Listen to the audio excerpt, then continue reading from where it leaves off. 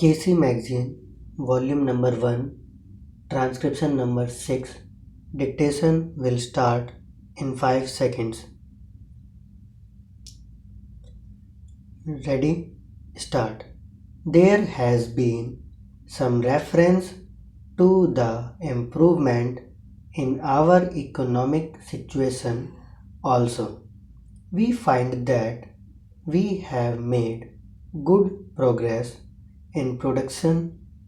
We were faced equally with a difficult situation so far as cloth was concerned.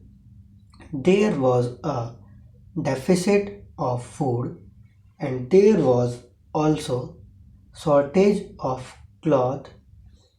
I do remember the scenes that we had to witness in several cities where people had to stand in queues for hours together for 2 meters of very ordinary cloth.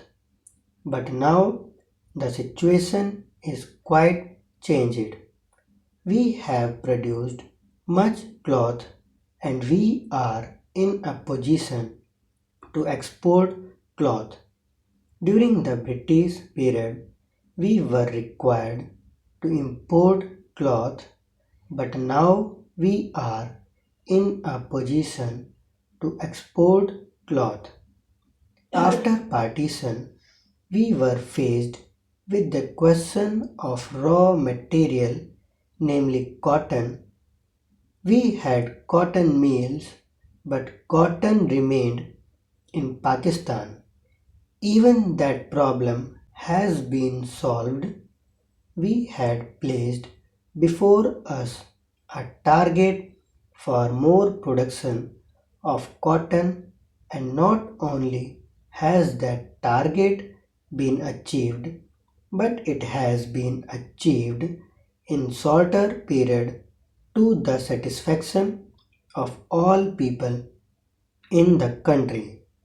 From this survey, sir, you will find that everybody should be convinced that we are making good progress in the realization of the objectives of the 5-year plan. Then there is a reference that in several essential commodities we have got increased production. This cannot be denied. In spite of this increased production, I must admit we have not been able to solve the question of unemployment, but efforts are being made to ease the situation so far as this question is concerned. The main thing to which I would like to refer is that the President was pleased to say and say very plainly that so far as cottage industries were concerned, we have not been able to make good progress. As a matter of fact, very little progress has been made. If in this country we have to solve the question of unemployment, we must take very seriously to the development of cottage industries. That alone will solve this problem of unemployment. We want to increase production, but we want to take to such means for increasing our production as would be man absorbing and not man saving, as have been resorted to by the Western countries. That alone will solve our problem to a very great extent. If we organize our cottage industries, if we take to the spirit of Swadeshi, I have no doubt we will solve the problem of unemployment to a great extent. Then, sir, a reference has been made to certain additional projects which have been included in the 5-year plan. There was a great demand from Maharashtra to include this project in the 5-year plan. A couple of years ago, there was a conference presided over by my colleague from the district, the present Revenue Minister of Maharashtra. He had presided over it, and there was a unanimous demand supported by practically the entire people from Maharashtra that this project should be included in the 5-year plan.